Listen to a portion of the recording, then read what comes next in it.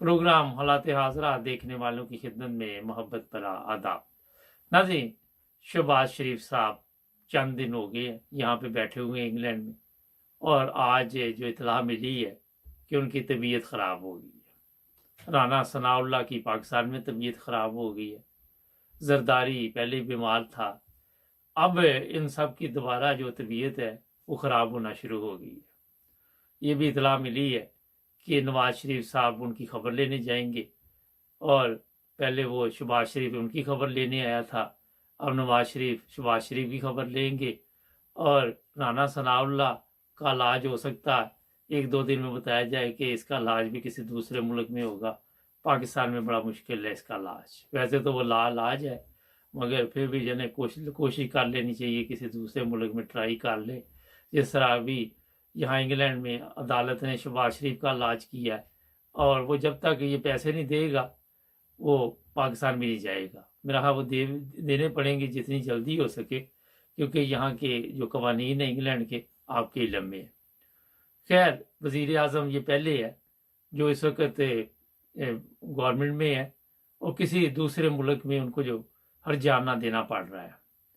और ये मैं आपको बता दूं कि इनके पास कोई चीज़ नहीं था। डेली मेल के ऊपर जो इन्होंने केस किया था कि जी डेली मेल ने रिपोर्ट गलत शाया की है, तो अगर इनके पास कोई चीज़ होती तो जनाब ये पेश करते। इतनी भी कोई बात नहीं, वकील इनकी आस पास है, सारा दिन वहाँ पे मेला लगा रहता है, तो कुछ होता तो पेश करते। एक दिन शहबाज शरीफ साहब ने कहा था कि मुझे कोई एक पैसे का भी मेरे पे इल्ज़ाम हो तो मैं सियासत छोड़ दूंगा। जिस तरह इन्होंने कहा था मैं जरदारी का पेड़ फाड़ दूंगा तो मेरा नाम बदल देना, इसी तरह मैं सियासत छोड़ दूंगा। पता नहीं अब इंग्लैंड वालों ने भी इनको बता दिया है कि आप बंदे ठीक नहीं है। पाकिस्तान में तो पहले ही इस तरह होता रहता था। और फिर इन्होंने मरियम्स को मेरा हाल कोशिश की होगी कि ये जो जज साहब हैं जिन्होंने मेरे ख़िलाफ़ फैसला दिया कि उनकी वीडियो निकालो, मगर कोई वीडियो नहीं होगी। तो ये फैसला फिर इंग्लैंड में हुआ है। तो यहाँ ज़रा वीडियो कम ही चलता है, यहाँ इंसाफ पे काम चलता है, क्योंकि ये मुसलमान मुल्क नहीं है। वो जो भी लोग यहाँ पे रहते हैं सब मिक्स रहते हैं। अगर अदालत में कोई भी जज बैठा होता उसने यही फैसला देना था, क्योंकि जो कवानीन है, जो इंसाफ के तकाजे हैं वो पूरे किए जाते हैं। हमारी अदालतों में क्योंकि मुसलमान जज बैठे हुए हैं और वहाँ पे आपको इंसाफ नहीं मिलेगा। ये अब आपने अपने जजों से सवाल करना है कि जनाब जो इंग्लैंड की अदालत है उसने तो कह दिया वज़ीर आज़म हो या आम बंदा हो एक ही चीज़ है, तो आपके यहाँ पे तो वज़ीर आज़म आता ही नहीं, अदालत में आ भी जाए तो आपकी जरूरत ही नहीं कि उसको कोई सजा दे सके। ये तो मैंने वैसे आपको बातें बताई है, जो असल कहानी है उसकी तरफ आप आते हैं। चीफ ऑफ आर्मी स्टाफ के मसले पे जो अभी जो मुझे थोड़ी देर पहले हमारे बंदों ने इतला दी है वो ये है कि पीडीएम में इख्तलाफात पैदा हुए हैं। जी हाँ, और ये इख्तलाफात जरदारी, नवाज शरीफ, फजल रहमान इनमें पैदा इसलिए हुए हैं कि इनको फिक्र ये है कि जो भी चीफ ऑफ आर्मी स्टाफ, एक और भी इसमें मसला ज़रा डाल लें कि फ़ौज भी चाहती है कि हम जिसे चीफ ऑफ आर्मी स्टाफ चाहते हैं वो आएगा। जरदारी कहता नहीं जी मैं जिसे कहता हूँ। ये साहब बहादुर जो दोनों भाई इधर साल जोड़ के बैठे हुए ये कहते नहीं हमारी मर्जी का आएगा। अब मज़े की बात ये है कि कुछ दिन पहले हमारी आर्मी के जो 2 बड़े वो आए थे तर्जुमान, वो कहते थे जी गलतियां हुई, हम सियासत में हिस्सा नहीं लेते। अब आप सियासत में हिस्सा नहीं लेते, फिर इनको क्यों सबको मुसीबत पड़ी हुई है कि चीफ ऑफ आर्मी स्टाफ हर कोई कहता है मेरी मर्जी का आएगा। एक तो आपको मैं ये बता देता हूँ। दूसरा ये है कि जो यहाँ पे साहब बहादुर बैठे हुए हैं, वजीर आजम आपके वहाँ से त्यारा लेके आए हुए हैं, उसका खर्चा इतना पड़ रहा है त्यारे का कि आप सोच भी नहीं सकते। और वो देगी गवर्नमेंट पाकिस्तान। त्यारे का जो खर्चा बताया जा रहा है कि एक घंटे के वो जैसे आप पाकिस्तान में टैक्सी में रिक्शे में बैठ जाएं तो मीटर नहीं चलना शुरू हो जाता, इसी तरह ये मीटर चल रहा है। और वो साहब क्यों कहते जी हल्का सा बुखार है, अभी सुबह तक पता चलेगा कि खांसी भी शुरू हो जाती है कि ये जाना भी चाहते हैं वापस के जाना भी नहीं है या पक्के ही आ गए है। और वहाँ जो पाकिस्तान के जो अंदरूनी हालात है उसमें ये भी इतला मिल रही है कि कोई ऐसी बातचीत चल रही है कि असम्बलियाँ तोड़ दी जाए और इंतखाबात का ऐलान किया जाए, कायम मकाम वज़ीर आज़म बनाया जाए। अब वो पूरी हुकूमत जो बनती है वहाँ पे, ये चीज़ें अभी तक फाइनल नहीं हुई, इसमें भी इख्तलाफात है।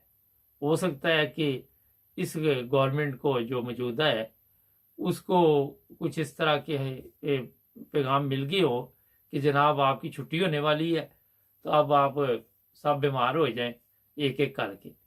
राना सनाउल्लाह तो कहता मैं कल तक आ जाऊंगा ठीक होके, तो शायद ये शहबाज शरीफ भी चला जाए। सब देखते हैं, एक दो दिन में पता चलेगा कि क्या होने वाला पाकिस्तान में।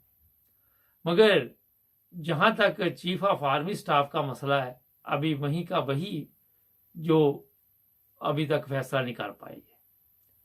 और ये होता है कि जिन मुल्कों में मेरिट पे फैसले नहीं होते, जिन मुल्कों में ये नहीं होता जनाब कि यहाँ पे जो सीनियर बंदा है वो आके चीफ ऑफ आर्मी स्टाफ बनेगा, वहाँ पे अपने हमारे वज़ीर आज़म साहब ये कहते हैं जनाब कि मेरे पास इख्तियारात है, मैं लंदन जाऊँ, जहाँ मर्जी जाऊँ। और बाबा जहाँ मर्जी जा, मगर ये पाकिस्तान का पैसा लेके तू यहाँ पिकनिक मनाने आया हुआ है, मुझे ये बताओ ये खर्चा किसने देना है? वो सुना है कि जो सलाब के पैसे मिले थे उससे ये दौरे शोरे हो रहे हैं, उसी से ये खर्चा पानी चल रहा है। ये भी मैं आपको बता देता हूँ, क्योंकि पाकिस्तान के खजाने में तो कह रहे थे ये पैसे नहीं है, और अब कहाँ से पैसे आ गए। अच्छा जनाब, मायूस ये सब लोग हैं बहुत ज़्यादा। प्रेशर जो इमरान खान का है वो भी बढ़ता जा रहा है, प्रेशर इतना तेज़ होता जा रहा है कि फ़ौज अब ये नहीं चाहती, जो सीनियर क़यादत है फ़ौज की, कि जनाब इस्लामाबाद में कोई ऐसा हंगामा हो कि लोग जो जान से जाए। सऊदी अरब के वली अहद ने आना था, वो भी दौरा मुलतवी हो गया, कहते हैं कि आगे चला गया। ये अजीबो गरीब जो खिचड़ी पक रही है पाकिस्तान में, किसी को समझ नहीं आ रही। हाँ, ये मैं आपको बता देता हूँ कि जो हमारे बाजवा साहब है, जब उन पर गद्दारी के नारे लगे तो उसके बाद उन्हें ये एहसास हुआ जब जाने लगे हैं कि मैं गलत था और गलत रास्ते पे चला हूँ, ये मेरी गलती थी। मगर गलती तो थी, पर दिन थोड़े रह गए है, असा हुण रुढ़ जाना, तो अब ये कर भी कुछ नहीं सकते। ये है अब उनके लिए परेशानी बनी हुई कि मैंने अब ज़िंदगी भी गुजारनी है। और ये भी बताया जा रहा है कि अभी ये गवर्नमेंट जो है ये कह रही है जो मौजूदा है कि जनाब जो आपने वादा किया था वो पूरा करें। आपने कहा था कि आप बाकी की मुद्दत पूरी करेंगे, 1 साल और खींचेंगे, लेकिन फ़ौज इस वक्त जो अवाम का प्रेशर है वो बर्दाश्त नहीं कर पा रही। अब आज जी तीसरी बात, मैंने पहले दिन आपको मेरे प्रोग्रामों में जाएं तो मैंने आपको बताया था, ब्रेकिंग न्यूज़ दी थी कि हमजा शहबाज की तस्वीर उस बंदे के साथ है जिसने कहा था कि ये इमरान खान पे जिसने हमला किया था। अब वो खुल के सामने आ गई है। जो वहाँ पे पुलिस वाला था, जो SHO है, उसके तल्लुकात भी इनके साथ है। और ये गोली चलाने में आप अगर इंक्वायरी किसी बाहर की पार्टी से करवा ले तो आपको खुला लंदन में मिलेगा कि लंदन से ये हदायत मिली थी कि ये सब काम करने हैं। और ये भी कहा जा रहा है कि जो शहबाज शरीफ है उसको भी पता चल गया कि जो लोग भी इंक्वायरी कर रहे हैं वो चीज़ें सामने आने वाली हैं, और नून लीग की पार्टी की जो क़यादत है वो शामिल है इस गोली चलाने में। अब इमरान खान तो बच गया, मगर एक बंदा तो मर गया, वो तो इनके पल्ले पड़ गया। जो दूसरा बंदा अभी तक सही तरह पेश नहीं हो सका या पकड़ा नहीं गया, वो भी एक बहुत बड़ा इस वक्त इशू बना हुआ पाकिस्तान में। ये गोली कहाँ से आई, क्योंकि पिस्टल से तो चली रही थी। आपको पता है कि उसी वक्त बताया गया कि फलां जगह से ये गोली चलाएगी, और वो पुलिस ने मुकम्मल इंक्वायरी नहीं की, जल्दी इधर उधर कर दिया ताकि सबूत ना मिल सके। और यही चीज़ें शक में डाल रही हैं। अब सुप्रीम कोर्ट की तरफ लोग देख रहे हैं कि कोई इंक्वायरी वगैरह करे, लेकिन मेरा ख्याल है कि सुप्रीम कोर्ट जो है वो कोई कमीशन नहीं बनाएगा, क्योंकि इसमें जिस तरह इमरान खान ने 3 लोगों पर इल्ज़ाम लगाया, सुप्रीम कोर्ट को शायद ऊपर से हुक्म आया हो कि जनाब आपने कोई ऐसा पंगा शंगा नहीं डालना जिसके लिए कल को हमारा कोई फौज का जवान जो है वो भी मसले में फंस जाए। ये काफ़ी चीज़ें जो आपके सामने मैं बता रहा हूँ ये बड़ी खौफनाक है। इनका जो प्रोग्राम था वो था कि इमरान खान को रास्ते से हटाना, मुल्क को आग लग जाए, बंदे मर जाए, कोई प्रॉब्लम नहीं। ये ऐसी इन्होंने एक गोली अगर इमरान खान को लग जाती तो वहां पे क्या होना था, इनको इस चीज़ का अंदाजा नहीं है। नून लीग की अगर आप देखें सियासत तो ये हमेशा तशद्दुद पर रही है। आपने देखा ये जब से आए हैं 6 माह में तशद्दुद, इसको पकड़ लो, इसको मार दो, और आखिर में इन्होंने सोचा कि इमरान खान को रास्ते से हटाओ और जान छुड़ाओ। और अब प्रॉब्लम ये हुई है कि इंक्वायरी जो है वो बड़ी मुश्किल हो रही है। आपके इल्म में होगा कि जो पंजाब में पुलिस वाले हैं या जज जो है हमारे, वो सब इनके गुलाम हैं, जो इनकी हड्डियों पे पलते हैं। वो सबको इन्होंने हड्डी पे लगाया हुआ है, चाहे वो लाहौर हाई कोर्ट के जज है, चाहे वो कोई कितना बड़ा भी ओहदेदार है किसी भी इदारे में है, सब को ये हड्डी पे थोड़ा सा वो जहर लगा के देते रहते, मीठा जहर। उसका मतलब ये होता है कि ये ना जिंदा रहेगा या ना मरेगा, ये हमारे लिए काम करेगा। तो सब इनके लिए काम कर रहे हैं।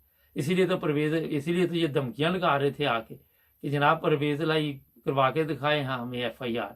ऊपर से हमारे जो चीफ ऑफ आर्मी स्टाफ है एंड कंपनी, उनकी भी कॉल आ जाती होगी, उनका ही मैसेज आ जाता होगा कि जनाब आपने ये कोई FIR शार नहीं काटनी, वरना आपको बच्चे भी इधर रहते हैं, जिस तरह ये लोग धमकियां देते हैं, आपको भी रास्ते से हटा देंगे।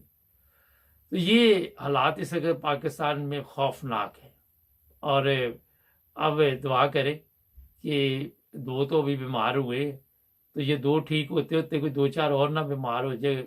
हो सकता है 2-4 दिन में जरदारी साहब की तबीयत ख़राब हो जाए, उन्हें भी दुबई शिफ्ट करना पड़े, फिर हमजा की तबीयत ख़राब हो जाए। ये जैसे जैसे इंक्वायरी बढ़ेगी मगर साफ होगी इंक्वायरी, तो इनकी तबीयत ख़राब होनी शुरू हो जाएगी। फिर सिंध से भी लोगों की तबीयत ख़राब होगी, पंजाब से भी होगी। फिर आप देखें कि वो बेड आपको नज़र आएंगे जहाँ पे ये लोग पड़े होंगे, और यही बताया जाएगा कि बस अब ये जाने वाले हैं दुनिया से, और ये सब एक ड्रामा होगा। और खुश होने की जरूरत नहीं, ये हरामखोर जितनी जल्दी कोई नहीं मरता, ये बेफिक्र है। जो आज मुझे भी किसी ने भेजा राना सनाउल्ला बड़ा सीरियस है, मैं कहा नहीं मरदा, फिक्र ना करो, तो परेशान ना हो, ये इतनी आसानी से ये लोग मरने वाले नहीं है। नाज़रीन आप देखते हैं प्रोग्राम, आज जो हमारे प्रोग्राम थे राना रज़ाक साहब के साथ एक प्रोग्राम किया था, आज मुबारक के साथ, आज पाकिस्तान के साथ एक प्रोग्राम में यकूब साहब इटली से थे हमारे साथ, और एक वजिया स्वाति केस के बारे में जो फैसला दिया हमारे रिपोर्टर है। चलते हैं वो देखते हैं, हमारे चैनल को सब्सक्राइब कर लें। अस्सलाम वालेकुम नाज़रीन, प्रोग्राम है आपकी आवाज़। यकूब साहब इटली से कुछ कहना चाहेंगे, सुनते हैं। जी सर, क्या कहना है? जनाब कहना की अर्ज ही करनी है। अर्ज करो जी। जो तमाशा लगे ना पाकिस्तान के मनु सुनते भी तकरीबन इस गल को 10 साल तो हो ही गए ने कि चीफ ऑफ आर्मी साडी मर्जी दा, चीफ ऑफ आर्मी साडी मर्जी दा, चीफ ऑफ आर्मी साडी मर्जी दा। वो दसो मनु एक अदारा है, वो एक कानून के तहत चलना चाहिए। साढ़े मुल्क तो मजाक बने एक 2 टके का आदमी है बाजवा, इन्हें फड़ के मुल्क में तबाही के किनारे लैंदा। 6 साल हो गए इस बंदे जितना इतना नुकसान मुल्क का 75 साल च नहीं होया जिन्ना इसने 6 साल कर छड़े। हर जेड़ा एक साला मतलब कहना कि अदलिया ते एक आर्मी वो अदारे ने 2 जेड़े इस मुल्क के थम ने, और इन थमां नूं चलाउण वास्ते कम अज कम इन्हां नूं कम ठीक कर लैणी। या गैर कमिश्नर वो जेड़ा एक त्रीजा अदारा है वो एक बिल्कुल अद्दू ही टप गया। उन्हें ते उस बंदे ने ते इंसानियत उन्होंने ते इंसान कहना भी बड़ी दूर तो ही इंसानियत। तो मेरी अर्ज है जवेद साहब कि आर्मी पहले नंबर ते एक जेड़ा हुण वज़ीर आज़म मामला इलैक्शन सही होवे कि इलैक्शन कमिश्नर इन्हूं जन्म वासल करे, आवाम कर सकदी है। आवाम तो बगैर ये अदारे ठीक नहीं हो सकते। आवाम का काम है इस वेले 75 साल बाद एक लीडर आया इमरान खान दे कोई 10 करोड़ ते हथ नहीं है या 20 करोड़ ਉਹਦਾ ਤੇ ਇੱਕ ਮਤਲਬ ਕੰਮ ਆਇਆ ਆਪਣੀ ਜਾਨ ਨੂੰ ਤਲੀ ਪਰ ਧਰ ਕੇ ਆਸਾਨੀ ਨਾਲ ਰਸਤਾ ਛੱਡ ਕੇ ਸਜ਼ਾਦਾ ਬੰਦਾ ਆਇਆ, ਦੁਨੀਆ ਦਾ ਪॉपुलर ਇਨਸਾਨ ਆਇਆ, ਚਾਹੇ ਤੇ चाहता तो आराम से जिंदगी गुजार सकते हैं, मुश्किल तरीन रास्ता। अच्छा ये बताइए, ये सबको पता है कौम वास्ते, याकूब साहब, ये सबको पता है, वो चाहता तो आसान जिंदगी गुजार सकता था। ये क्यों नहीं करते कि 3 चीफ ऑफ आर्मी स्टाफ रख लें, एक नून लीग वाले रख लें, एक जरदारी रख लें, एक ये 4 रख लें, एक फजलू रख लें, एक Imran Khan, 4 chief of army staff अपने अपने लगा लें, तो फिर नहीं चलेगा मुल्क। नहीं इस तरह नहीं चलेगा जवेद साहब। मैं तो हकीकत सच्ची गल दसा, आवाम अमल करे या ना करे, होना वही है जो मेरे रब नूं मंजूर है। दुनिया दे फिरौन जो मर्जी पे सोचण, लेकिन हकीकत जिहड़ी गल है ना वो ये है कि ਜਿਹੜਾ भी चीफ आर्मी स्टाफ आवे ਉਹਨੂੰ ਦੌਰਾਨੇ ਮੁਲਾਜ਼ਮਤ ਖਾਓ ਕਿਸੇ ਮਸਲਕ ਦਾ, ਖਾਓ खाओ सुन्नी है, खाओ हवाबी है, खाओ सिख है, खाओ हिंदू है, लेकिन है वो पाकिस्तानी वतन नाल मुहब्बत करता है, उस चीफ ऑफ आर्मी ਨੂੰ ਇਹ ਹੋਣਾ ਚਾਹੀਦਾ ਕਾਨੂੰਨ ਦੇ ਮੁਤਾਬਕ ਉਹ ਵਜ਼ੀਰ ਆਜ਼ਮ ਦਾ ਮੁਲਾਜ਼ਮ ਹੋਵੇ। ਇੱਕ ਜਦ ਤੱਕ ਉਹਦੇ ਕੋਲ ਵਜ਼ੀਰ ਆਜ਼ਮ ਕੋਈ ਮਸ਼ਵਰਾ ਨਹੀਂ ਮੰਨਦਾ, ਉਹਨੂੰ ਕੋਈ ਜ਼ਰੂਰਤ ਨਾ ਕਿਸੇ ਸਿਆਸਤਦਾਨ ਦੇ ਘਰ ਜਾਏ, ਖੁਫੀਆ ਮਿਲੇ, ਕਿਸੇ ਅੰਬੈਸੀ ਵੀ ਜਾਏ ਜਾਂ ਉਹਨੂੰ ਕੋਈ ਅੰਬੈਸੀਡਰ ਗੈਰ ਮੁਲਕੀ ਕੋਈ ਜੀਐਚ ਕੋਈ ਦਾਖਲ ਹੋ ਜਾਏ, ਉਹਦੀ ਸਜ਼ਾ ਮੌਤ ਹੋਣੀ ਚਾਹੀਦੀ ਚੀਫ ਆਰਮੀ ਸਟਾਫ ਦੀ। ਉਹ ਕਿਸੇ ਨੂੰ ਮਿਲੇ, ਉਹਨੂੰ ਕੋਈ ਬੰਦਾ ਮਿਲੇ, ਉਹ ਕਿਸੇ ਮੁਲਕੀ ਟੂਰ ਤੇ ਨਾਲ ਜਾਏ, ਉਹ ਕਿਸੇ ਦੂਜੇ ਮੁਲਕ ਕੱਲਾ ਜਾਏ, ਉਹਨੂੰ ਕੋਈ ਆਕਾ ਅਸਰ ਨਹੀਂ ਕਿ ਗਵਰਨਮੈਂਟ ਦਾ ਜਹਾਜ਼ ਇਸਤੇਮਾਲ ਕਰੇ ਜਦ ਤੱਕ ਉਹਨੂੰ ਰਿਆਜ਼ ਨਾ ਕਵੇ, ਵਰਨਾ ਇਹ ਕੁੱਤਾ ਖੂਹ ਚ ਹੀ ਰਵੇਗਾ। ਇਹ ਯਾਦ ਰੱਖੋ नहीं, लेकिन वो कुत्ता जब तक कुछ नहीं करते कुत्ता खूह पाक नहीं होना।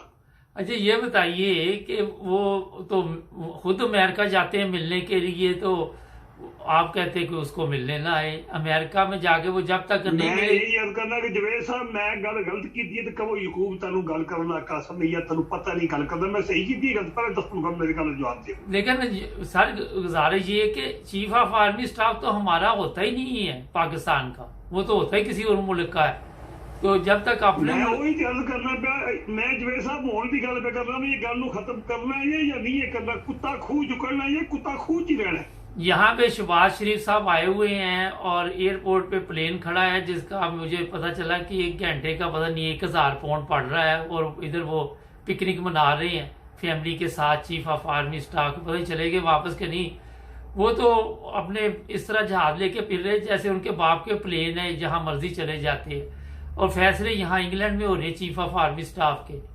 तो आप किस तरह मुल्क को तब्दील कर सकते हैं जब मैं अर्ज करना जवेद साहब ये सारी जो गल करते हो सही फरमा रहे हो, मैं सुनना पाया, मैं बीमार बंदा जिस मैं अस्पताल आना घर बह के मैं या सईदा देना तो या मैं ये खबर सुनना, और मेरा कोई कम नहीं कोई भी, या मैं कोई दो वजीफा जगह लभ जाए तो अपनी आकबत वास्ते ला दे जो तौबा इस्तगफार करना, यही मेरे 2 काम जी, और मेरे कोई मुश्किल है नहीं। मैं बेवजह पाकिस्तानी है ना, मैं बिजनेसमैन हाँ, ना मैं 20 लाख करा, ना मैं अर्शी शरीफ शहीद बन सकना, ना मैं इमरान रियाज बन सकना, ना मैं समी इब्राहिम बन सकना, मैं ना सदीक जान बन सकना, ना मैं चौधरी जवेद इकबाल या जवेद साहब बन सकना, मेरे को तो कोई वसाइल नहीं है। ये मैं बताऊं आपको कि आप हॉस्पिटल जाते हैं, क्योंकि जब आप पाकिस्तान की खबरें देखते हैं, अगर ना देखें तो कम जाएंगे हॉस्पिटल फिर आप। नहीं अस्पताल मेरे गुर्दे कोई नहीं, मेरे 8 साल अगर वाशिंग कराने मैं गुर्दे साफ अल्लाह ताला फजल करे। अच्छा गुर्दे कोई नहीं, मैं उत्थे डायलिसिस होती है मेरी, मैं इंग्लैंड भी 1 दफा गया तो महीना रहा, मेरे भतीजे मेरे भरा उत्थे, मैं नहीं जाता इस वास्ते कि उत्थे हुण कानून बन गए कि पहला इतलाह करनी पैंदी है, डॉक्यूमेंट भेजने पैंदे कि हर जिहड़ी बंदे ते गुर्दे नाल ओहदी जिहड़ी बीमारी है ओहदी वक्खो वक्ख मशीन लगदी है, वक्खो वक्ख दवाइयां लगदियां। मैं और कोई अस्पताल नहीं जाता, मैं अस्पताल जाना हफ्ते 3 दफा मतलब लाजमी गुर्दे स्पाश कराने। ये फ्री होंदे ने इत्थे ਜਾਂ इत्थे इटली फ्री ਹੁੰਦਾ ਨਾ, ਟਾਪ ਦਾ ਇਲਾਜ ਹੁੰਦਾ ਇਟਲੀ ਦਾ, ਤੇ ਉਹ ਮਤਲਬ ਕਹਿੰਦਾ ਮੈਂ ਸੋਮਵਾਰ ਨੂੰ ਤੇ ਬੁੱਧਵਾਰ ਨੂੰ ਤੇ ਜੁਮੇਰ ਦਿਨ, ਹੁਣ ਮੈਂ ਉਹਨੂੰ ਕਹਿੰਦਾ ਮੇਰੀ ਟਰਨ ਬਦਲੀ ਕਰੋ क्योंकि मैं जुमा नहीं पढ़ सकता, इस वास्ते उन्होंने लाई है तो मैं रानी आदि है जिस तरह उनको मरीज बदल देना, मैं क्या मेरी मंगल जुमेरात ते हफ्ता करो क्योंकि जुमा मेरे को नहीं पढ़ना होता ते जुमा ना पढ़। कितनी देर लगती है, कितनी देर अस्पताल लगती है? 4 घंटे लगते हैं। अच्छा ते कितनी दूर है हॉस्पिटल इथों? इथों मेरे कदों 7 मिनट दूर बड़ा अस्पताल है बेसरी ताप नजदीक ही या बिल्कुल नजदीक है। अपनी गड्डी ते जाना, गड्डी आंदी अस्पताल दी, ਉਹ ਸਵੇਰੇ ਅਸੀਂ ਕਦੇ 2 ਹੁੰਦੇ ਬੰਦੇ, ਕਦੇ 3, ਕਦੇ 1, ਜਿਉਂ ਹੁਣ ਕੱਲ ਇੱਕ ਬੰਦਾ ਮੇਰੇ ਨਾਲ ਦਾ ਫੌਤ ਹੋ ਗਿਆ ਤੇ ਉਹ ਆ ਰਿਹਾ ਵੀ 6 ਮਹੀਨੇ ਬਿਮਾਰ ਹੋ, ਸਿੱਖਾ ਇੱਕੋ ਗੱਡੀ ਜਿਹੜੀ ਸ਼ਹਿਰ ਦੀ ਹੁੰਦੀ ਹੈ ਤੇ ਉਹ ਫਿਰ ਜਿਹੜਾ ਬੰਦਾ ਘੱਟ ਜਾਂਦਾ ਲੇਕਿन ਉਹਨਾਂ ਲਾਜ਼ਮੀ ਉਸ ਟਾਈਮ ਤੇ ਜਿਹੜਾ ਬੰਦੇ ਨੂੰ ਚੁੱਕਣਾ ਪਵੇ, ਇੱਕ ਹੋਵੇ, ਦੋ ਹੋਣ, ਤਿੰਨ ਤੋਂ ਪਰ ਬੰਦੇ ਨਹੀਂ ਗੱਡੀ 'ਚ ਪਾ ਸਕਦੇ। ਪਿੱਛੇ ਸੀਟਾਂ ਹੀ 4 ਹੁੰਦੀਆਂ ਨੇ ਕਿ ਜਿਹੜਾ ਬੰਦਾ ਸਾਡੇ ਕੋਲ ਬੈਠਿਆ ਹੁੰਦਾ ਉਹ ਤੱਕਦਾ ਕਿ ਕਿਸੇ ਬੰਦੇ ਨੂੰ ਕੋਈ ਬਿਮਾਰ ਹੋ ਜਾਏ, ਦਵਾਈ ਖਾ ਦੇਣੀ ਹੋਵੇ ਇਸ ਵਾਸਤੇ ਨਾ। ਅੱਛਾ, ਕਰੋ ਪਿਕ ਐਂਡ ਡ੍ਰੌਪ ਤੁਹਾਨੂੰ ਕੀਤਾ ਜਾਂਦਾ, ਹਸਪੀਟਲ ਵਾਲੇ ਖੁਦ ਦੀ ਸਰਵਿਸ ਦੇ ਰਹੇ ਨੇ ਤੁਹਾਨੂੰ? ਗੱਡੀ ਖੜਦੀ ਹੈ, ਮੈਂ ਆਹ ਗੱਡੀ ਖੜਦੀ ਹੈ, ਗੱਡੀ ਫ੍ਰੀ ਖੜਦੀ ਹੈ, ਫ੍ਰੀ ਲਿਆਉਂਦੀ।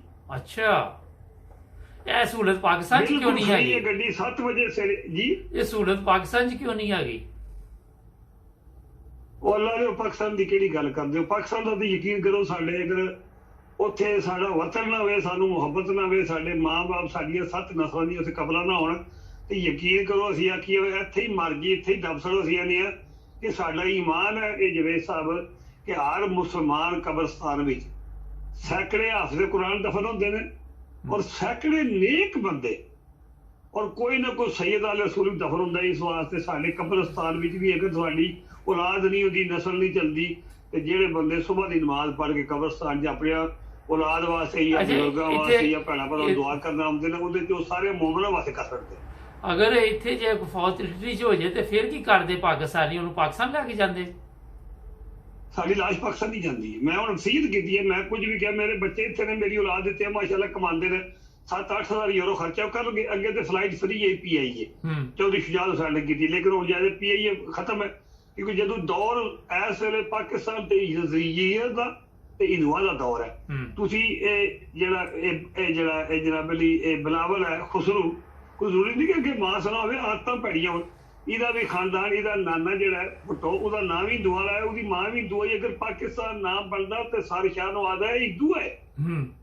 ਔਰ ਤੁਸੀਂ ਇਹਦੀ ਜਿਹੜਾ ਇਹ ਨਵਾਜ਼ ਸ਼ਰੀਫ ਹੈ, ਇਹਦਾ ਬਾਪ ਜਿਹੜਾ ਸ਼ਰੀਫ ਹੈ ਉਹ ਵੀ ਹਿੰਦੂ ਹੈ, ਉਹ ਅਕਲੀਅਤ ਵੀ ਹਿੰਦੂ ਹੈ, ਉਹ ਹਿੰਦੂਆਂ ਦੀ ਨੌਕਰੀ ਕਰਦੇ। ਉਹਨਾਂ ਨਾਂ ਜਾਲੀ ਬਦਲਾ ਕੇ ਪਾਕਿਸਤਾਨ ਦੇ ਉੱਥੇ ਨਾਲ ਲੋਕ ਸ਼ੋਰੇ ਆਖਦੇ, ਇਹ ਲੋਕਾਂ ਦੀਆਂ ਭੱਠੀਆਂ ਦੇ ਕੰਮ ਕਰਦੇ। ਇੱਥੇ ਕਿ ਨਾ ਦਾ ਲੱਗ ਗਿਆ, ਇਹਨਾਂ ਦਾ ਬਾਪ ਚੋਰ ਹੈ, ਢੱਕਣੇ ਚੋਰੀ ਕਰਵਾਉਂਦੇ ਆ। ਪਹਿਲਾਂ ਉਹ ਘੋੜੇ ਦੀਆਂ ਖੁਰੀਆਂ ਬਣਾਉਂਦਾ ਰਿਹਾ, ਬਾਅਦ ਚੋਂ ਜਨਾਬ ਮੇਰੀ ਭੱਠੀਆਂ ਲਾਉਂਦਾ ਰਿਹਾ, ਬਾਅਦ ਚੋਂ ਟਿਊਬਵੈਲ ਲਾਉਂਦਾ ਰਿਹਾ। ਉਹਦੀ ਪੋਤਰੀ ਕਹਿੰਦੀ ਕਿ ਮੇਰਾ ਦਾਦਾ ਅਰਬਪਤੀ ਹੈ। ਅਸਾਂ ਨਹੀਂ ਵੇਖਿਆ ਉਹਦਾ ਦਾਦਾ ਅਰਬਪਤੀ। ਉਹਦਾ ਪਿਓ ਜਿਹੜਾ ਸ਼ਰੀਫ ਨਵਾਜ਼ ਸ਼ਰੀਫ, ਇਹ ਪਹਿਲਾਂ ਕੁੱਲੀ ਭਰਤੀ ਹੋਇਆ, ਚਿੱਟਾ ਅਨਪੜ੍ਹ ਜਹਲ ਬਦਲ ਸੀ, ਗਲਾ ਇਨਸਾਨ ਹੈ। ਫਿਰ ਇਹ ਅਪਵਾਮ ਅੱਗੇ ਔਰ तमाम पाकिस्तानी जनरल अगे कि अगर तुसी ये तकदे रहे हो तो तुहाडे तकदियां बाजवा टुर गया मुल्क नूं तबाह करके ते उहदे नाल दे तुसी भी शामिल हो, तुसी भी कोई मुहब्बे वतन नहीं हो। इत्थे भावें बच जाओगे, खुदा दे घर नहीं बचना। और अगर आवाम ने ये चीफ जस्टिस जिहड़ा अस बने चीफ इलेक्शन कमिश्नर ते चीफ जस्टिस ते जनरल जिहड़े तकदे ने जो कोई आर्मी नाल होले है, ये सारे मुजरिम ने, पाकिस्तानी आवाम दा काम है। इंज पवो इस्लामाबाद और अज तो बाद मार्शल जिहड़ा लाए जनरल कोई भी आवे, ਜਿਹੜਾ ਮਾਰਸ਼ਲ ਵਾਲਾ ਹੈ, ਮੇਰੀ ਇਸਲਾਮਾਬਾਦ ਤੇ ਪਿੰਡ ਦੀ ਆਵਾਮ ਅੱਗੇ ਇਹ ਅਪੀਲ ਹੈ ਕਿ ਤੁਹਾਡਾ ਕੰਮ ਹੈ ਪਹਿਲਾਂ ਤੁਸੀਂ ਪਵੋ ਟੈਕਾਂ ਨੂੰ ਤੇ ਬਾਅਦ ਵੀ ਦੂਜੀ ਆਵਾਮ ਪਵੇਗੀ। ਮਾਰਸ਼ਲ ਕੋਈ ਵੀ ਹੋਵੇ ਤੁਰਕੀ ਵਾਲਾ ਸਾਫ ਕਰੋ, ਬਸ ਚਲੋ ਬਚਦੇ ਹੋ। बहुत शुक्रिया सर, थैंक यू। अल्लाह के वाले, खुदा हाफिज़। नाज़रीन, ये यकूब साहब थे, अपने ख्यालात का इज़हार कर रहे थे। हमारे चैनल को सब्सक्राइब करें, जुड़े रहे हमारे साथ। अस्सलाम वालेकुम। नाज़रीन, प्रोग्राम है आज मुबारक के साथ। चीफ ऑफ आर्मी स्टाफ का अभी तक नाम सामने नहीं आया। आज हमारे साथ राना अब्दुल रज़ाक साहब होंगे, उनसे पूछेंगे कि क्या वजह इतनी देर कर दी मेहरमा आते आते। राना साहब, क्या है हुआ? ये सारा प्रोग्राम, जैसा कि दुनिया सारी को मालूम है, ये सारा प्रोग्राम बदनीति पर मुश्तमिल है और इसके पस मंजर में कई बातें हैं। उधर इमरान खान का प्रेशर है, उधर अमेरिका का भी प्रेशर है और नून लीग की मिली भगत है। ये लॉन्ग मार्च को देख रहे हैं तो उसके मुताबिक ही कोई फैसला करेगी आर्मी, CNC साहब। वो अब चेंज हो गया है माइंड नून लीग वालों का, कह रहे मेरिट पर जो आएगा उसको बनाना है। पहले तो ये अपने पसंदीदा बनाने को तैयार थे ना, अब इन्होंने माइंड चेंज किया है क्योंकि इमरान खान का भी मौका भी यही है कि जो मेरिट पर है वो आए आगे, इसलिए उसकी अनाउंसमेंट नहीं हो रही और चंद ही दिनों में मुतवक्के है कि अनाउंसमेंट हो जाएगी। और इन लोगों ने हर तरह से ख्याल रखना है कोई ना कोई पसंदीदा बंदा आगे आए, मगर प्रेशर से डर रहे हैं और कंप्रोमाइज करने को तैयार हो रहे हैं। लेकिन राणा साहब ये तो पिछले दिनों बड़े बताए जा रहे थे, फौज की तरफ से बयानात थे कि जो मेरिट पे होगा वही आएगा। फिर शहबाज शरीफ यहाँ पे आया हुआ है मीटिंग करने के लिए नवाज शरीफ के साथ, तो कोई परेशानी भी चल रही इनके दरमियान में? बिल्कुल परेशानी चल रही है, हर चीज मुतासर हो रही है। इमरान खान इनको लपेट कर ले जाएगा, हर फेंक देगा लपेट कर। और क्योंकि आर्मी ने फैसला कर लिया है इंतखाब करवाने का, और उसी के पस मंजर में तकर्री होगी, और ये सब कुछ जो है अभी खुलने वाला है जल्द ही जल्द। परेशानी तो है नून लीग को, क्योंकि नून लीग का सारा प्लान जो है वो खत्म हो गया है। राणा साहब, अरशद शरीफ का जो सामने केस आया है कि उस पर तशद्दुद किया गया, आप क्या समझते हैं कि किन लोगों ने ये तशद्दुद किया होगा? जाहिर है किसी कीनिया के बंदे को तो कोई दिलचस्पी नहीं होगी कि उसके ऊपर कोई तशद्दुद करके उसे गोली मारे।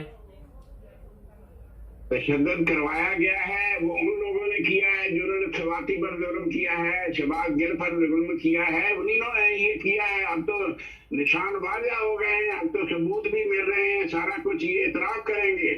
इतनी बदनाम हो गई है आर्मी अपर लेवल पर कि ये लोग मुंह दिखाने के काबिल नहीं रहे। अरशद शरीफ को इन्हीं ने मारा है, इसमें कौन सी शक रह गई है? राणा साहब, ये जो बात आपने कही यही सारी अवाम भी कह रही है, और फौरी तौर पे एक प्रेस कॉन्फ्रेंस भी फौज की तरफ से करके ये साबित करने की कोशिश की गई कि जनाब हमारा कोई तल्लक नहीं है, तो उसका रुख किसी और तरफ मोड़ने की कोशिश की कि इनको क्या मुसीबत पड़ी हुई थी अगर इनके इस खून में हाथ नहीं रंगे हुए थे तो? देखें, आवाज़ खलक नकारा खुदा होती है। बात ये है, ये वो आर्मी है जो कहती थी कि हमने तो लियाकत अली खान को नहीं मरवाया। ये वो आर्मी है जो कहती थी हमने फातिमा जना को नहीं हराया और उसे गद्दार नहीं कहा। ये आर्मी का सारा किया था। ये तो आर्मी कहती है, हम उदरमान कमीशन पढ़िए कि हमने तो ढाका फाड़ भी नहीं कराया। आज तक हुकूमत भी आर्मी की रही है हमारे मुल्क पर। ये जो सियासी लीडर है इनको तो ये ऐसे ही खिलाते रहे हैं गोद में लेकर। सियासी लीडर को तो काम ही नहीं करने दिया। अगर कोई काम करने आया तो भुट्टो को फांसी दे दी गई, अगर फिर आया बेनजीर आई तो उसको उतार दिया, नवाज शरीफ आया तो उसको उतार दिया। ये कौन IGI किसने बनाई थी? ये भाई साहेब मान लें कि 100% हुकूमत आर्मी की है हमारे मुल्क पर। सियासी लीडर कोई आए ना आए, यही लोग सारा कुछ कर रहे हैं, यही लोग खा रहे हैं, यही लोग कमा रहे हैं। राणा साहब, ये एहसास क्यों नहीं हमारी जो आर्मी के जो ऊपर लोग बैठे हुए उनको क्यों नहीं होता कि मुल्क जो है वो गलत रास्ते पे चल रहा है? कभी अपने ज़मीर भी तो इंसान का जाग जाता है। ये भी इतला है कि बाजवा साहब कह रहे कि मेरे से गलती हुई है, मगर गलती को अभी तक तो ठीक करने की कोशिश ही नहीं की जा रही। भाई ये ज़मीर फरोशों का मुल्क है, ये ईमान फरोशों का मुल्क है, ये वतन फरोशों का मुल्क है। कुछ लोग खा रहे हैं, कुछ लोग उनको खाते देख रहे हैं और अपना कमीशन वसूल रहे हैं।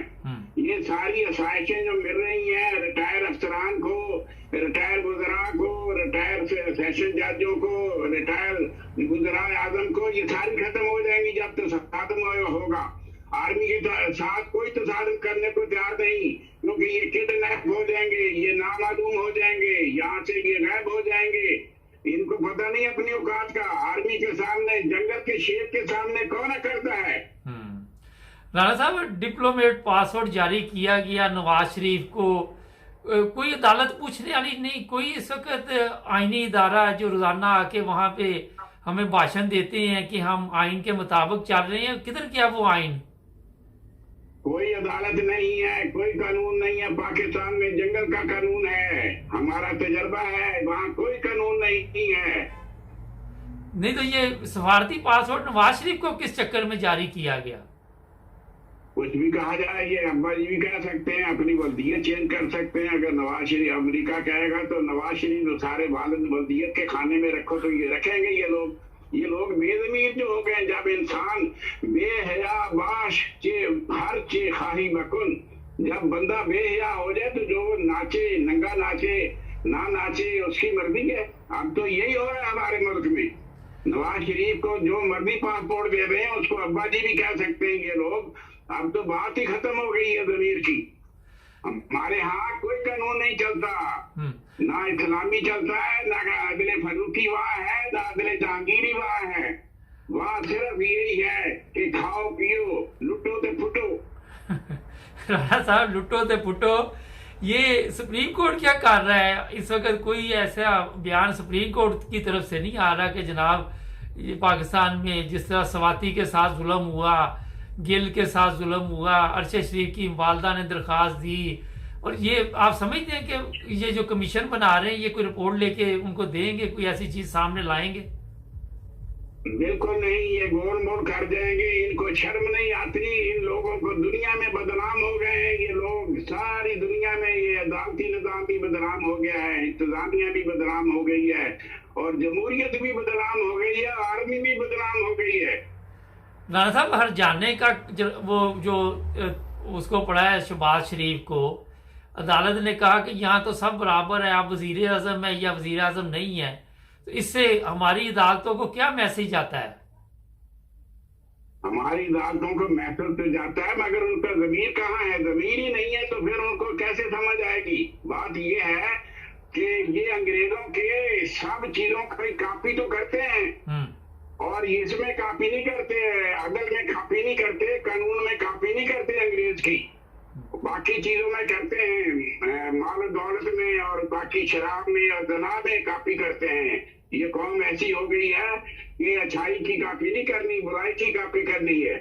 अच्छा, ये बड़ी अहम बात आपने की कि बुराई की कॉपी करते, इसी तरह बुराई की वीडियो फिर सामने आती है। आप क्या देख रही हैं कि नवाज शरीफ ऐलान तो करता है कि मैं वापस जाऊंगा, मगर वापस जाता नहीं है। फिर ये 4 तारीख को जाना था, फिर नहीं गया, 4 गुजर गई, साथ मरियम भी बैठी हुई है। इनको कोई डर है वहां पे, कोई खतरा है? क्यों? इमरान खान ने कहा नहीं है कि जब भी आएगा मैं तो जेल में डालूंगा पंजाब में, और केपीके में तो हुकूमत पीपल्स की है, पीटीआई की, वहां जाएगा कहाँ? ये तो गिरफ्तार हो जाएगा, जेल में जाएगा। वो इसलिए चाह रहा है कि इमरान साइड में हो जाए तो मैं जाऊंगी, ऐसा नहीं हो सकता। आप समझते हैं इमरान खान पे फिर हमला करवाएंगे ये? नहीं, ये कोशिश तो इनकी है, मगर अल्लाह ताला फजल करेगा। नेक नियत बंदे के साथ अल्लाह नहीं होता है, ऐसी कोई बात नहीं। खुदा भी अपना काम कर रहा है, ये भी लोग मकर कर रहे हैं, खुदा ताला भी तदबीर कर रहा है। घबराए मत, अल्लाह ताला फिर भी लोगों की सुनता है, जालिमों की नहीं सुनता। राणा साहब, ये जो लिफाफा सहाफी हैं वो बड़ा नवाज शरीफ के गुनगुनाते हैं, अभी भी इनको ये हड्डी वगैरह पड़ती रहती, इसी वजह से उसके हक में बोलते रहते हैं। ये जो पहला नमक खाया है वो हलाल कर रहे हैं। इतने जलील हैं ये लिफाफा सहाफी कि इमरान खान के वक्त में थोड़ी सी महंगाई होती थी, डॉलर ऊपर जाता था तो ये भौंकते थे कुत्ते की तरह। अब महंगाई भी हो गई है, मुल्क का बेड़ा गर्क भी हो गया है।